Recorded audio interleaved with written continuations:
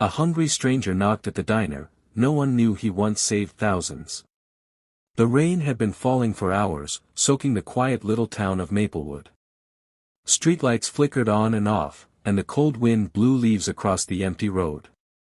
At the far corner of Main Street stood Maggie's Diner, a small place known for its warm coffee, greasy burgers, and a jukebox that still played old songs.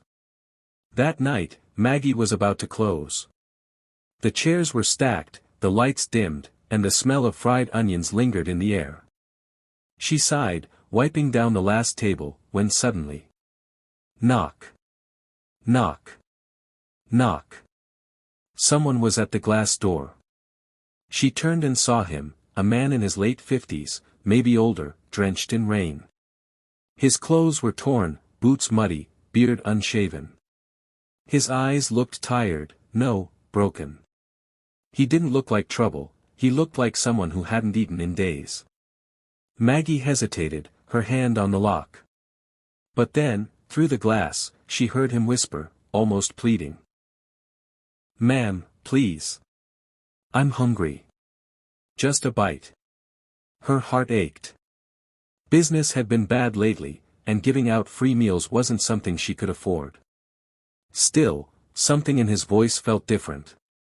She unlocked the door. The man stepped inside, dripping water on the floor. He shivered as the warm air hit him. Looking down, almost ashamed, he said softly. "I can't pay you with money, but I can work.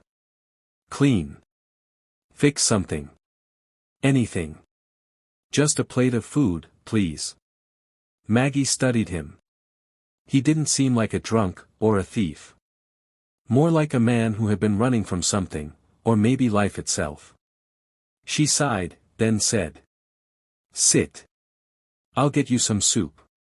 The man's eyes filled with gratitude, but also surprise, as if kindness had become a language he rarely heard. The stranger's promise. That night, he ate like he hadn't seen food in weeks, slow at first, then faster, tears mixing with the steam of the soup. Maggie couldn't help but notice the way he handled the spoon, almost with reverence, like each bite carried weight. When he finished, he stood and said firmly. "Thank you, ma'am. Now let me keep my word. What can I fix?" Maggie chuckled. "Well, unless you know how to repair a 20-year-old coffee machine that hasn't worked in months, there's nothing much." The man's tired eyes suddenly lit up. For the first time that night, he smiled. "Coffee machine?" he asked. "Ma'am, I can fix anything." He went behind the counter, studied the dusty old machine, and within minutes his hands moved with the precision of someone who had done this 1,000 times before. Screws, wires, valves, his fingers danced like an artist painting a canvas. Maggie watched, stunned. With a loud hiss, the machine sputtered, then poured out a stream of hot coffee. Perfect. Smooth. Strong. Maggie's jaw dropped. How did you?" The man only shrugged. "Told you, I can fix anything. Word spreads." The next morning, the diner opened as usual.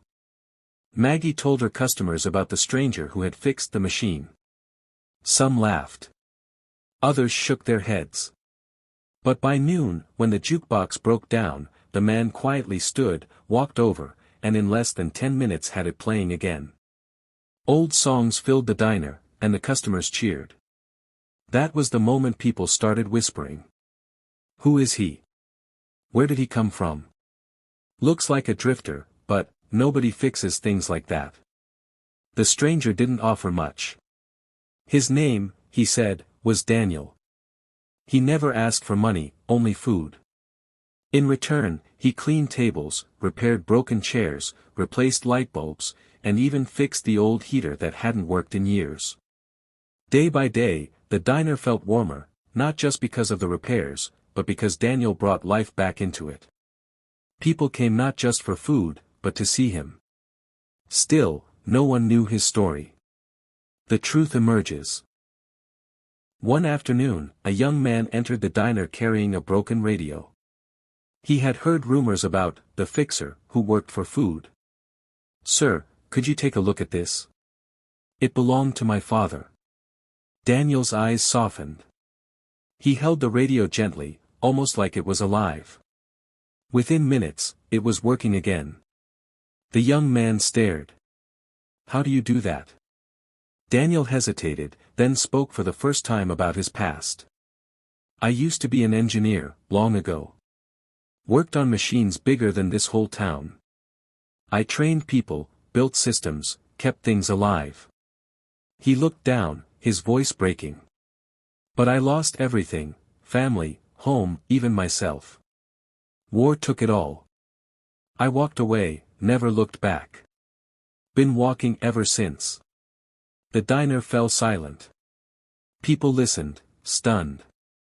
No one had imagined that behind those weary eyes was a man who had once built miracles, a man who had once saved thousands by keeping hospitals running, bridges standing, water flowing, things people took for granted.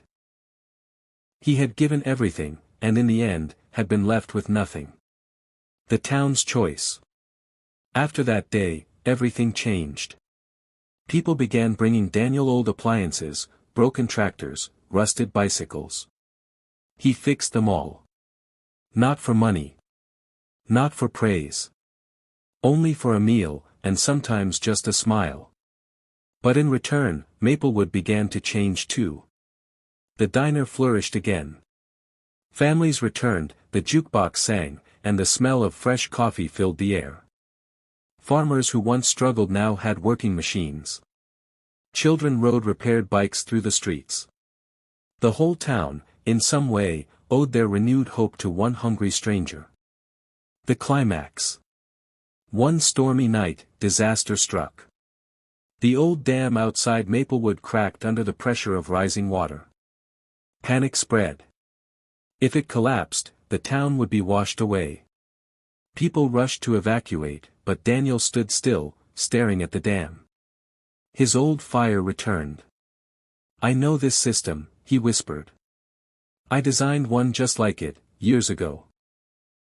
Before anyone could stop him, he ran into the rain, tools in hand. Hours passed. The storm raged. People cried, prayed, held each other. Then, just before dawn, the rain stopped. The dam held. Exhausted, covered in mud and grease, Daniel returned.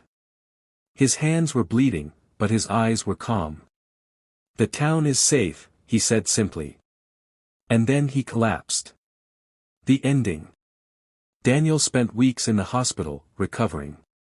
People visited every day, bringing flowers, food, cards. For the first time in years, he wasn't alone. When he was strong enough, Maggie asked him the question that had been on everyone's mind. "Daniel, why didn't you ever tell anyone who you were?" He smiled faintly. "Because it didn't matter who I was. What mattered was what I could still do. Even broken people can fix things. Sometimes even whole towns." Tears filled Maggie's eyes. She reached for his hand. From that day forward, Daniel was no longer a hungry stranger. He became part of Maplewood's family. The man who had walked in with nothing, and left behind everything. Final message. The story of Daniel spread far beyond Maplewood. Newspapers called him the man who fixed a town. But for the people who knew him, he was simply the man who taught them this. Kindness given, even in small bites, can awaken greatness hidden in strangers. And sometimes, feeding one hungry soul can save thousands more.